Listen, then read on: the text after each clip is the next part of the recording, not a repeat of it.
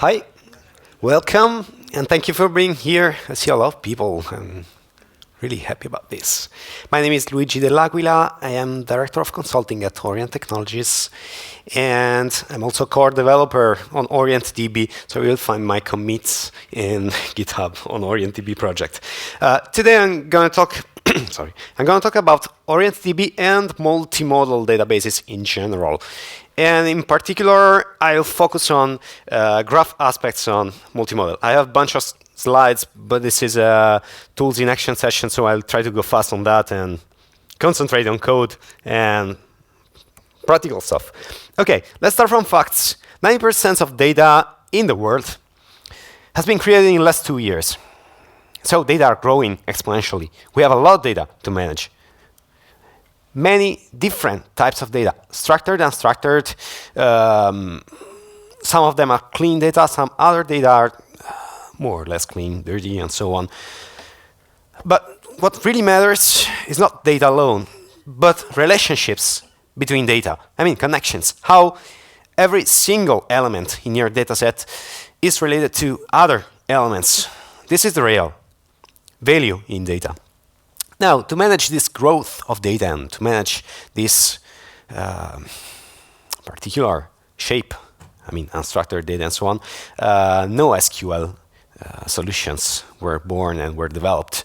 We have key value stores, document databases, column databases, and graph databases, and other small subsets, I mean, object databases and so on.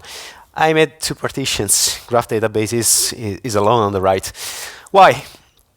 Just because everything that is in the left was particularly focused on performance, on unstructured data, on scalability, and so on, but nothing there can manage relationships.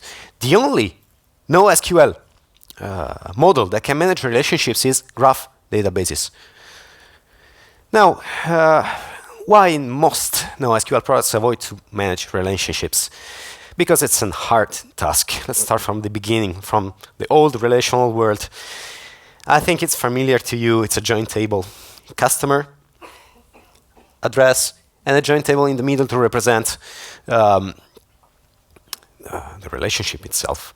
Now, we have to execute a join every time we have to calculate the relationship. What's going wrong with that? Wrong thing is that join, to be efficient, relies on an index. Index on a primary key, index sometimes on other information in the query itself. Anyway, on the primary key mainly. But the lookup in an index is like a lookup in an address book. You just have to go down logarithmically. That means that the cost of the lookup grows up when the index grows up in the dimension. And this is very critical when you have hundreds or thousands of billions of records in your database, because that logarithm can be expensive. Now, the second problem with join is that join is calculated every time you execute a query. So if you do a query once, the database has to calculate the join. If you do the same query twice and 3 times and so on, every time the database has to recalculate that join. And the join is logarithmic for a single key, I mean. So it gets worse when your database size grows up. So this is what happens in your old relational database. The database size goes up, the performance goes down. Oops. The solution to all this is the graph database. A graph database is a storage system that provides index-free adjacency. That means that adjacencies, relationships, do not rely on indexes, but rely on other types of structures. Let's see what a graph is to understand a graph database. It's something very, very simple. A graph is a set of vertices and edges. A vertex is just a piece of information in your database, and an edge is a connection between 2 vertices, and exactly 2 vertices, a starting point and an end point. Actually, a graph database is a property graph. That means a directed property graph. That means that every edge and every vertex can have properties, unstructured properties, I mean key value pairs, and edges are directed. And you can have many edges connecting vertices together. That's it. This is your diploma in graph theory. This is all you need to manage a graph database. This is very, very simple. This is the real power of graph database is that it's simple. Well, let's see how a true graph database can manage relationship. I say true graph database because there are some tools on the market that claim to be graph databases but use indexes to represent relationships. So it's not very good in performance when you grow up. The first point in OrientDB in particular, but also in other systems, is that every element, so every vertex, or every edge, has a record ID. The record ID is managed by the graph database. Jeez.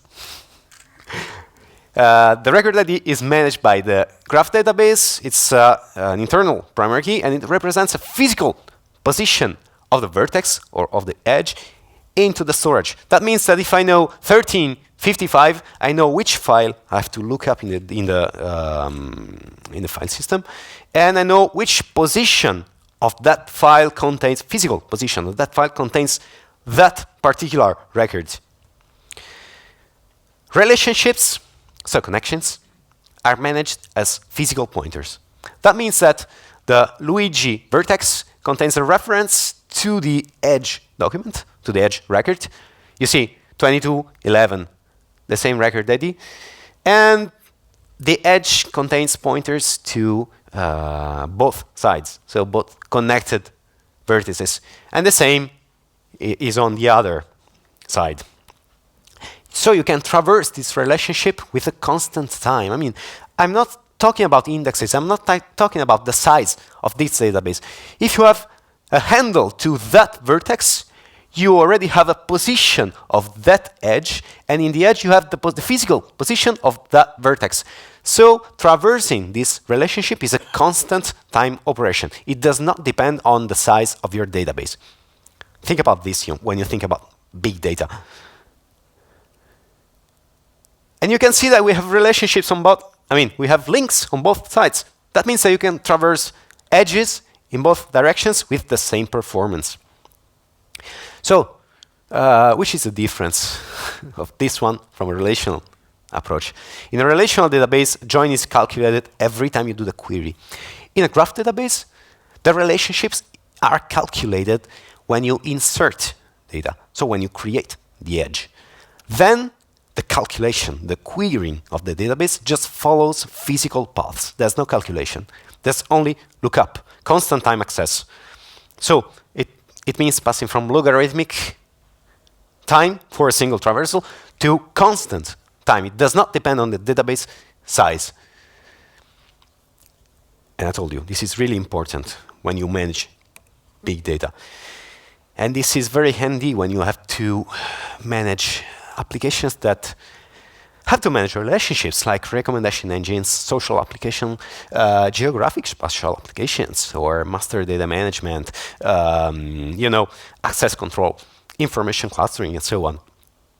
If you think about this, every database is a graph. Even a relational database represents a set of entities, a set of nodes, vertices, and a set of relationships that can be thought as edges. Now, this is my very own magic quadrant. This is the first generation NoSQL. We have in the two dimensions are data complexity and relationship complexity. So the ability of the data model to represent complex data and to represent relationships. At the bottom left, there's key value stores. In a key value store, you only know the key of every record. So you don't know the complexity inside the record, and you cannot manage relationships. Moving on the right, you have document databases, where you can represent nested objects, embedded objects, and so on. Schemaless information, but no relationships. On the top, you have graph databases, where you can manage very well relationships, but you don't have the schemaless approach, the embedded approach, and so on. So you have less complex information. Relational world is there, more or less. I mean, you have relationships, you have quite complex data, but not at the top, let's say. The reality is that your information is sometimes like this. It's unstructured, it's connected, it's resources, links, information that you cannot categorize, and so on. So you end up with something like this. You have an application, you have a master data, like a primary data store, Oracle, for example, to manage transactions, MongoDB to manage unstructured data, JSON data, unstructured information, a graph database to manage relationships, because when you have to do analysis on a graph, you need index-free adjacency, you need a fast graph engine, and you have a cache, maybe Redis and so on, for direct access, so to have high performance. What's the problem with this? The problem is that you have to manage all this. There's no standard in all this. 4 different query languages, 4 different infrastructures, 4 different, how to say, platforms and stacks. I mean, one is C++, C, another one is Java, another one is I don't know what, and so on. You have to keep them synchronized. You need ETL in the middle. They have to be aligned and consistent one with each other. So you need a team with a lot of competencies and you need a lot of work to keep them together. The answer to all this is NoSQL as a multimodal database. So a single data storage that can manage graph data, document data, and also with some capabilities of key value stores and something more, maybe object-oriented concepts. We will see in a few moments. So something like this, the intersection.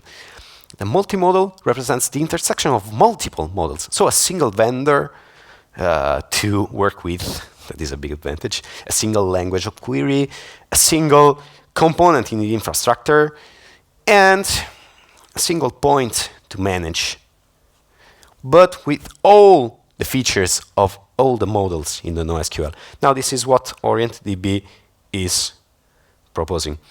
Every vertex and every edge in OrientDB is also a document. That means that you can have edges connected, vertices connected together by edges, and every vertex can have a structure like this with embedded documents. And the database understands that one.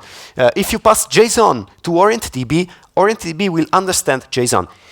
If you query OrientDB, OrientDB will return JSON. So it speaks a language you already know.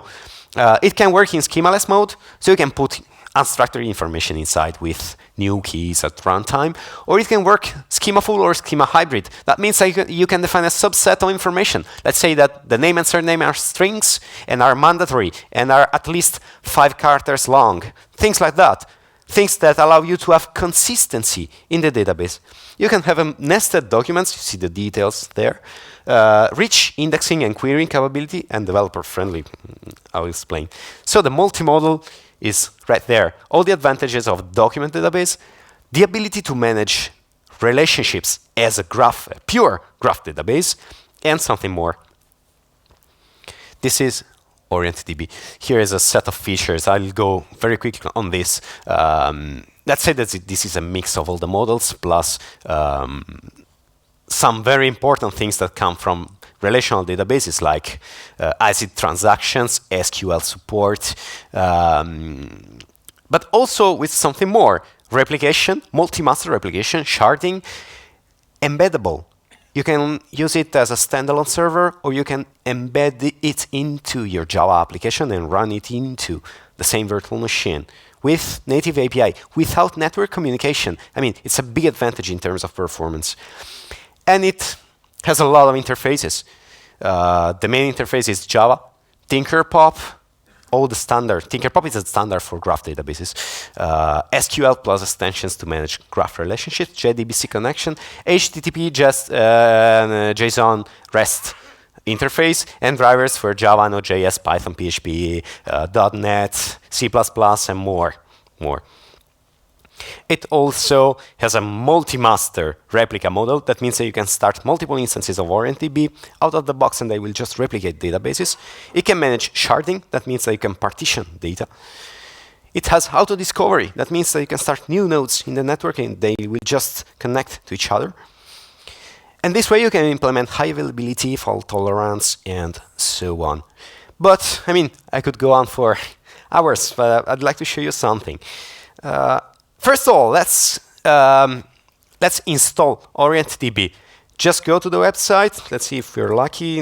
There are some problems with the connection, it seems. OrientDB.com. Okay, let's make it bigger. Download. Take your database from here. You will see this is, here it is, 25. Okay, I won't download it. It's a tar.gz, it's a zip file, nothing more. Unzip, open a console, move to the bin directory, and do server.sh. 3, 2, 1, go. It's running. Now open a browser and move to localhost 2480/studio/index HTTP. Here we are. This is a web console for OrientDB. Orient has a small embedded web server that's intended to manage this kind of things. Let's connect with a demo database. Admin. Here it is. And here we are. Here we can do some queries. Things like, I have a small data set, some people connected together with some topics, Java, JavaScript, and so on, with relationship between people and topics. Luigi knows Java, and so on. Let's query this. Select start from person. It can sound strange. You could say, what's that? I mean, it's a NoSQL solution. Yeah, it's a NoSQL solution, but it supports SQL as a native query language. And the result is what you expect. Here it is, a table, more or less. You see all the names of people and some strange information here. In and out, friend, knows, and so on. These are edges. These are physical pointers to edge documents. This is let's say a pretty print of the result. If you click here, you will see a JSON representation. This is the native representation in OrientDB. You see, this must be Frank. Here it is, a person whose name is Frank, and so on. This is a JSON object. You can query it directly from the browser. You can enter a URL in the browser and get a JSON result if you want. Now, another thing, I said, I have people and topics. So let's do select from topic. Here it is, auto-completion, have some topics. Now, I defined a small data hierarchy, let's say. I have a schema here. What's this? Okay. I have schema. I defined the person class. Here it is. Let me enlarge it a little. Okay. I have a person class. I have a friend class. Friend class is an edge. Look at this. I do not have tables. I have classes, like in programming languages. And I also have superclasses with multiple inheritance. So friend is a subclass of E. E is an edge. And V is vertex, and person is a subclass of vertex. Also topic is a subclass of vertex. So I can do this. See? Select from V, get all the vertices. To be, accurate, I'd say I'm doing a polymorphic query. Give me all the results that are instances of V.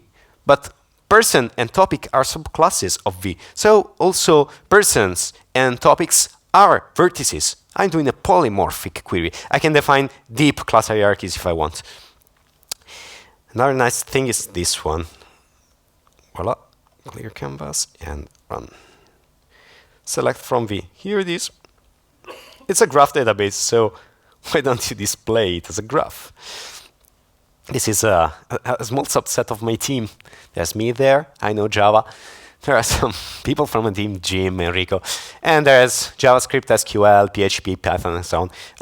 We all know Java, or OrientDB is written in Java. It's just for the sake of description of the topic. This is interactive. You can click here, view the details for every vertex. You can connect vertices together. I can say that, Frank is a friend of, is a friend of Andre. I select an edge class, friend, and next. I can also add properties here if I want, add fields, you see, and create edge. And here it is, we have a new edge connecting Frank with Andre. Now, okay, nice. I did a couple of SQL statements, but let's see the power of all this. I can do simple queries, but I can do something more. Let me open a couple of bookmarks. Let's create something more complex. Let's create a person, but I want something more complex. I want a person with a name. I did not define the schema for these classes, even though I could. So I can insert as many attributes as I want. In this case, I'm inserting a name and an address, where the address is a complex object with a street name plus the city, and inside the city there's a country and so on. Let's create vertex. I could do insert into person. That's almost SQL. But I'll do create vertex, run. Here it is, and it created Bob. It's showing me the record content. Now I can query this using the document functionalities. So for example, I have bookmark query, otherwise I'll go crazy with that. Select from person, where address.street like foo, and address.city.country.name equals UK. You see the structure here. I have an address with city, inside there's a country, inside there's a name that is UK. So that should return Bob. Let's try. Here it is. And this is Bob.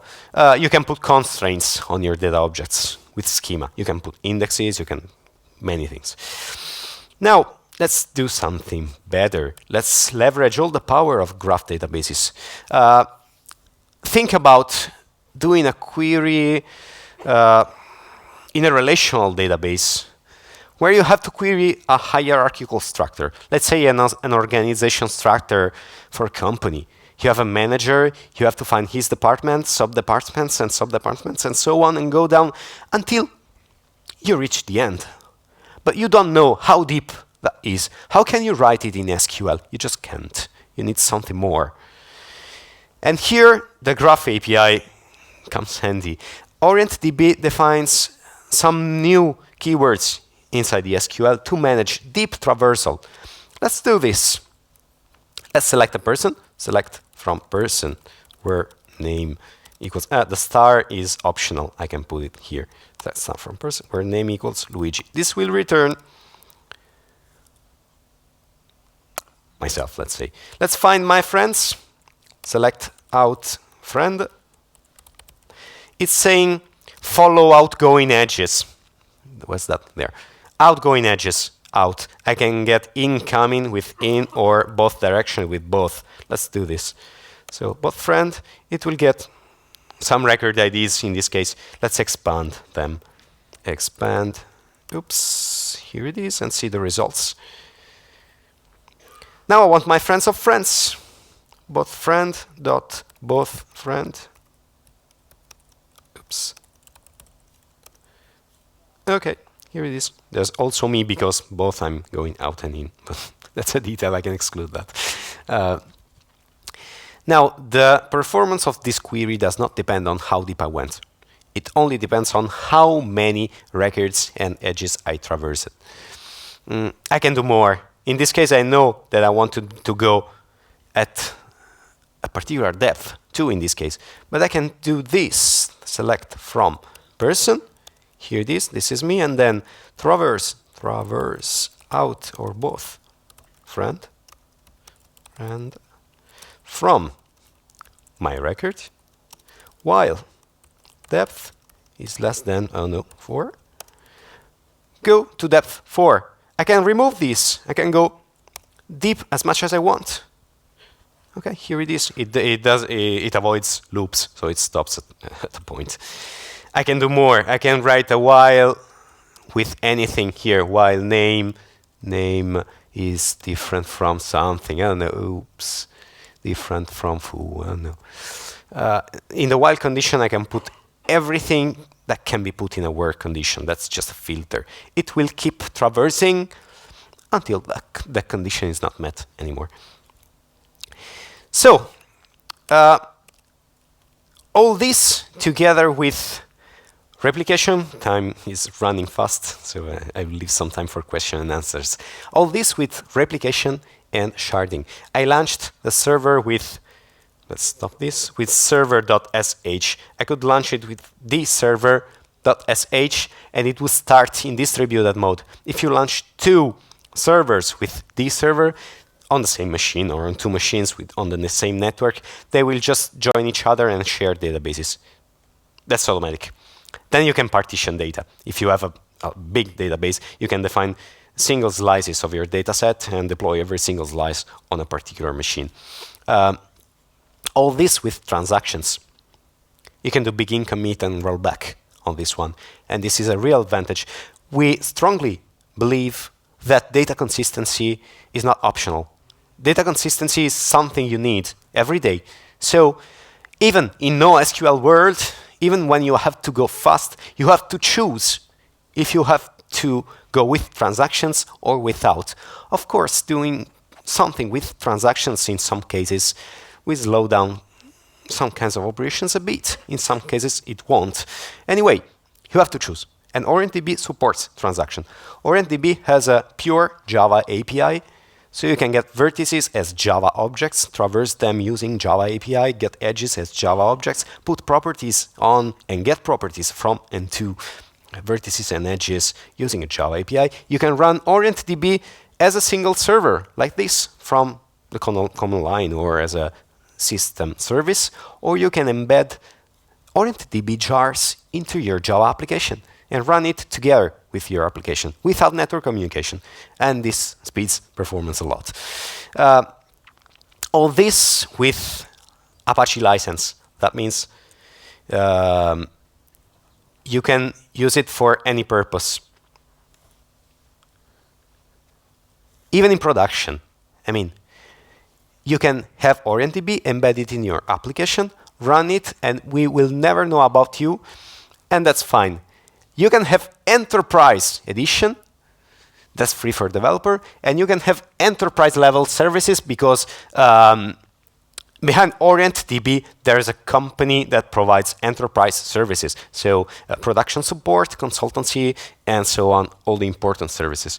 This link is points to free training. Check it out. It's not, I mean, it's simple, but it will get you started very quickly. Couple of numbers. These are a bit old. We have 80,000 downloads per month. We have almost 100 or more than 100 committers and contributors on the projects. Some Fortune 10 companies work with OrientDB in production, and we have a lot of resources. We are in USA, in Europe, and so on. We are also in India right now, so that's not updated. And this is the trend of the growth of database technologies in last years. The green one is graph databases, so just figure out. Some customers that are using OrientDB in production right now, just for a reference. Thank you very much. Any questions? We just have 3 minutes left, so if you have any questions, I'm here. Thanks.